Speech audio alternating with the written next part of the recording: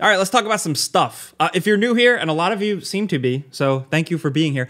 This is my monthly Q&A video where essentially I take questions from you guys in the comments to just talk about some stuff I may not have time to cover in regular videos. You can ask me anything you want, and the way this works is that you leave questions for the next video for next month in this video's comments section. Hit me with anything you got. I take questions from here and Patreon and YouTube memberships. Thank you guys for this, but let's just jump in. I got my coffee. It's a little early. I need this. Adil Ahmed asks, it's not necessary at all, and I love the Arkham games, but if we got another Batman game, what would you want to see in terms of story or gameplay? This might be a little bit of a weird take if you've been watching me, but you guys probably know I wasn't the biggest fan of Gotham Knights, but I would actually like to see a Batman game more in that style. A little bit of a somewhat lighter Batman, not super dark, gritty Batman.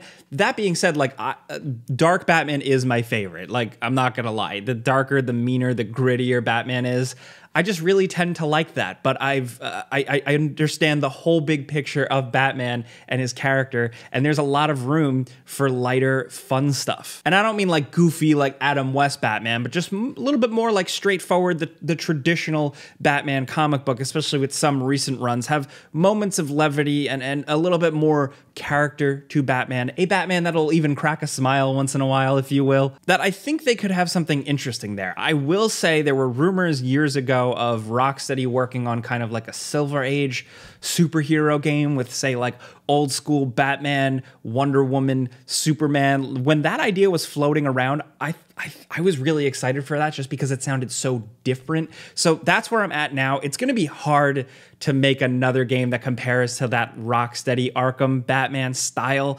I think that they have to go a little bit of a different direction for now as a palate cleanser. They clearly tried that with Gotham Knights, but I think there's still opportunity for so much more. I think we took it for granted with how good the Arkham games were, specifically because before that, like, it's hard to get a good Batman game. It's hard to nail that. Just a regular old straightforward Batman game with like a regular Scott Snyder Batman, you know? ED asks, hey Jake, do you ever have game publishers and or developers reach out to you after you do the before you buy videos as a thanks for a good review, or if they disagree with anything?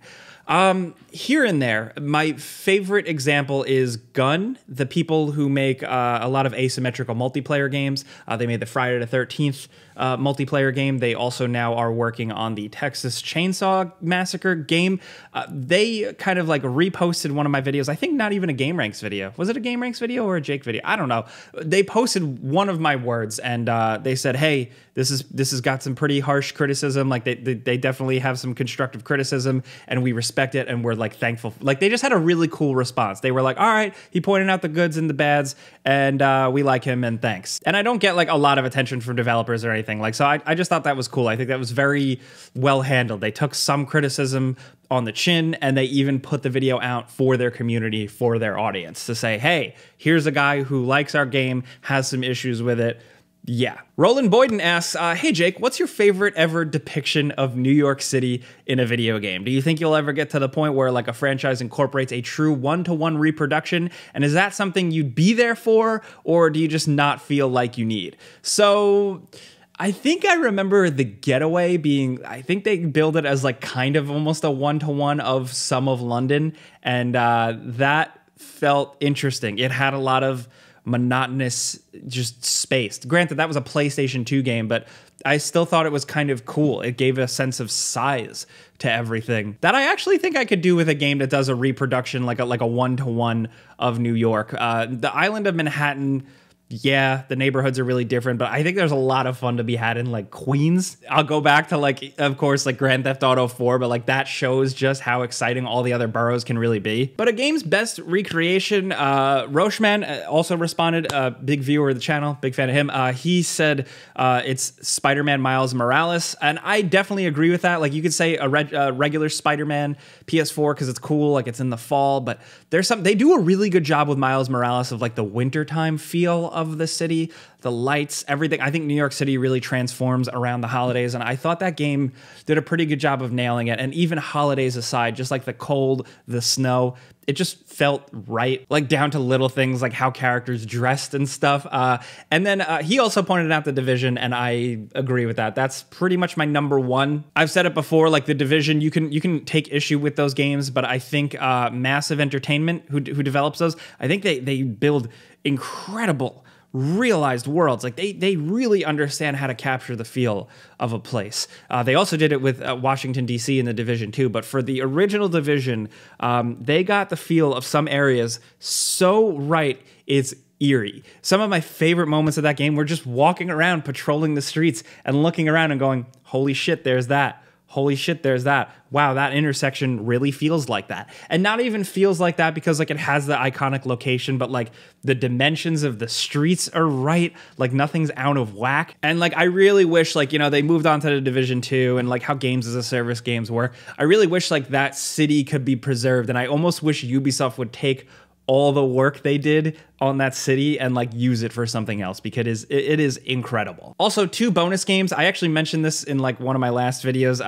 The Darkness had a really good feel for New York City subways.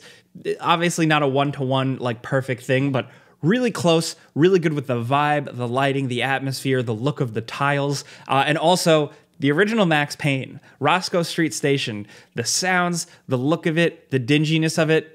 Yeah, it's not totally right, but like they got the feel right, and sometimes that feel is really important. Force Master 2000, thanks for the super chat or the thumbs up thing. I think we're coming to a point in gaming where a lot of developers are building communities around their games and let the community drive the development direction, like 7 Days to Die's group. Do you see this becoming a trend or just a blip on the radar? I'm thinking it's a thing that makes sense for certain types of players and certain types of games. I don't see it becoming the norm for every type of game. I think just because like me as a player, or maybe even some of you, right? Like you can only love a thing so much that you want to spend time being in the community. Sometimes a lot of people only have room for one of those games in their life at one point. So I think it can only grow so much because people have limited bandwidth. I also think the whole community-driven development or decision-making works for some games, might not work for others. There's a lot of like people who work in games or around games that think like, or even just creative stuff like movies, anything, that think like fans shouldn't really drive the creation.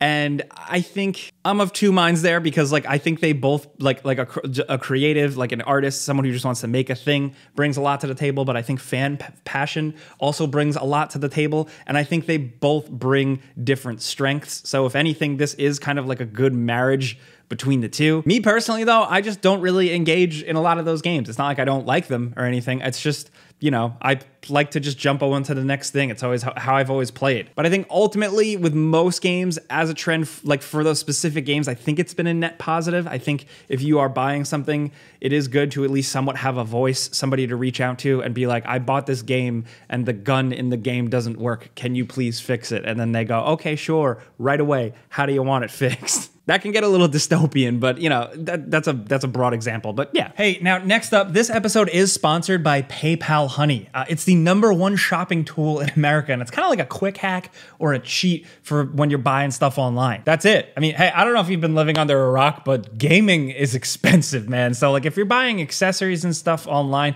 it's a no-brainer to use this. You gotta save where you can. So long story short, Honey searches for promo codes so you don't have to. All you have to do is browse and shop like normal, say for like a new desk for your new gaming PC. Go to checkout, click Honey in your browser, and they do the rest. They choose the right ones to save you the most money, and boom, that's it. It works on lots of stuff you're already buying on lots of sites where you're already shopping. So give it a shot, and I'll warn you, it's deeply satisfying. Like it's kind of addictive. It's dangerous. When you get that pop where you save that money, you can add it to your browser for free by clicking the link in the description down below or going to joinhoney.com/onjake. That's joinhoney.com/onjake, and thanks to Honey for sponsoring this video. Let's get back to it. Abdullah MA asks, has someone like a parent, a sibling, or a friend ever got you a game that you normally would have never played and ended up loving? My mom got me Mercenaries on PlayStation 2 out of the blue. Your mom's awesome, because Mercenaries is great. Man, one of the last like weird LucasArts games. Man, Michael Giacchino did the score for that, I think. What a world. My answer is nowhere near as cool as yours, at least the first one I can think of. When I had a Game Boy Color, my grandma got me Jeff Gordon NASCAR Racing for Game Boy Color. And it's more of that thing where like you don't have a lot of money and you don't have a lot of games. So like whatever game you got, you're sticking with it. You learn to love it and you play it like, you know, front to back, upside down. I grew to love the NASCAR Jeff Gordon game. I don't like NASCAR. I'm not into any of that stuff, but I had it. I played it. I learned to love it. Is it Stockholm Syndrome? Probably. Halo's Finest 88 asks, hey Jake, I'm currently experiencing game fatigue, just not in the mood to play anything. Do you ever experience that? And if so, how do you handle it considering it's your job to play games? So I've covered this before, but I'm answering this question again because I do feel really passionately about this. Like I take it personal, like when people don't like video games or they're bored of games. I don't know. I'm like a freak. I don't know what my problem is. But what I always do is, first of all, get away from the internet. I know that's like, you're watching me, right? But like, if you read a lot of mainstream video game news or you just read everybody's hot takes on Twitter, step away from that because it can very quickly make you feel like every single inch of gaming is terrible. And it's not. There are things that are bad. There's plenty that's good. I always say to try and go out of left field and just download a random indie game or like some free shit that either Xbox or PlayStation or Steam or Epic has given you. But the big thing for me personally, what I do is I replay an old game that I love. That's all it takes. A couple of minutes of Fable, a quick swing through New York City as Spider-Man, the first area of the original Metal Gear Solid. That shit juices me up. And I'm back, baby. You know, like really, like if it's an old game that you love or it's an old game, like a really old game that you've always wanted to play but you never got around to or never finished, give it some time. And I always think that helps. I don't really have like an explanation as why, but it works for me and I always recommend it to people. Yaman, E-A-M-O-N-N. I'm sorry if I'm not saying that right. Yaman, what are your fall Halloween gaming traditions? Alan Wake and a pumpkin spice latte? No, okay. Well, yeah, Alan Wake is dope for that season. A couple days ago, I actually put out a video of like Halloween games, and it's like, you know, it's like Resident Evil, the Silent Hills, but also stuff like Condemned, Fable, just to really get like the fall vibes, the spooky vibes. Like I go for a very specific atmosphere, but I've put out 2 videos about that in terms of gaming stuff. So yeah, definitely check those out. I love those videos. I feel very strongly about them. Ooh, Switz, what's up? He asks, love the channel, crack the code on writing a script for a video about Scream. Any Halloween favorites you're looking forward to re-experiencing this year? How do you get down with spooky season? So what I try and do, and I fell off it, but being on the East Coast is nice. I every year would kind of alternate between going to either Salem, Massachusetts or Tarrytown, Sleepy Hollow, New York. Both just kind of like, yeah, I'll admit like touristy, you know, but like Halloween fun towns. And it's just a really fun thing to do. It's not always the most expensive trip if you book it early. I just like going places. That's just me. And one of my favorite things ever was actually seeing Halloween 2018 when it came out at Cinema Salem. This is like just a regular old school movie theater right in the heart of town. And that was just a really good memory. And so yeah, to go to what I love watching, I always make a list every year of stuff and try to knock through it all. Every year is a little different, but there's a couple of mains that I always watch. My wife really likes Garfield Halloween and like the Charlie Brown shit. I don't really get down with that, but I watch it with her. And yeah, the original Halloween is like a yes, absolutely. But also Halloween 2018, I really ride or die for. For some reason, I love that movie so much. Blair Witch Project is another go-to just because not only is it like, I think, very scary and incredibly well made and just like an absolute phenomena, but it's got good fall woods vibes and it works for that, especially like it's got my woods. It's got that like East Coast woods, that real scary dead shit. Also, I just watched Barbarian. Highly recommend. Don't look up anything about it. That's what someone suggested to me. I'm glad I didn't. Go watch it. There's a lot. I don't have time for all of them, and my brain's kind of like fried right now. But Sleepy Hollow, the Tim Burton one, every year. I know it's not technically like a perfect movie. Plot-wise, I actually don't think it's always the most fulfilling in some aspects, but just the vibes, the feelings that movie gives off is absolutely perfect. Like, as far as I'm concerned, like some of the shots in that movie, some of the looks of things is peak Halloween imagery, like straight up. And I will always be grateful to Tim Burton for that, and also for making Christopher Walken the Headless Horseman. Jesus Christ. Sticking with shows and movies type stuff, Matt O'Dwyer asks, how did you discover the show Dark? And what is your favorite part of the show? And are you excited for the director's new show, 1899? So Dark is awesome. My favorite thing about the show is really, I think, the first season, or like, and like, you know, like the early days of really trying to, like, when there was so much mystery around everything, before everything is really revealed for the show. I think it's really just such a good sense of atmosphere and like pit of your stomach mystery. Like, it's like a dread, like, intrigue, like where you're like intrigued, but you're like, oh, this seems terrible, whatever this is. Like, it has a really good horror sense to it. Visually, I also love it. Where they shot is absolutely incredible. I would like to live there for the rest of my days. It just seems nice and peaceful and creepy, just how I like it. Peaceful and creepy, does that make sense? Yeah, also the fact that they just picked really good people. All the actors are incredible, and also to, you know, portray actors in different time periods and different times of their lives. I thought they did a really, really good job choosing people, not just for their looks, like they look the same, but are also great, like great actors. It was just really, really well done. As for their new show, 1899, I am counting the days until it comes out. I'm really excited. I don't have thoughts on the trailer, like you asked, because I didn't watch it. I'm good. Like, sometimes I don't want to see things for trailers. They show too much. And this was an instance where I was like, no, I'm sold. They're working on a new thing. I'm in. This guy, Sweaty Balls, probably a troll, from the last Q&A video says, why'd you have to call Robert De Niro sexy? That was cringe. I think when you're 12 and all your vocabulary is cringe. Also, normalized, like, we're adults. You could look at you could be straight and look at a man and be like, he's sexy. I do it every day. Click004HD says, what do you think about the evolution of Rainbow Six? In the past, it had way more storytelling and was more rich, but now Siege is a first-person shooter. So yeah, actually, it's interesting with the Ubisoft franchises. So Ghost Recon, I was from day one, back when it was like real old school, just a reticle on a screen, and I really loved it. And I think that that series has really ditched most of what made it special. Siege is different. Rainbow Six is different because Siege, as much as I'm not into it, I'm not into like that competitive, crazy Twitch streamer, esports type of game. When it was originally built, like what it is still tactical by nature. It requires accuracy. It requires a little bit of a brain. High level play now is insane and different, but it still, to me, felt like it was built on some of those core fundamentals. That was always my thing with those games. You say they were story rich, and yes, but I never thought the stories were that good or compelling.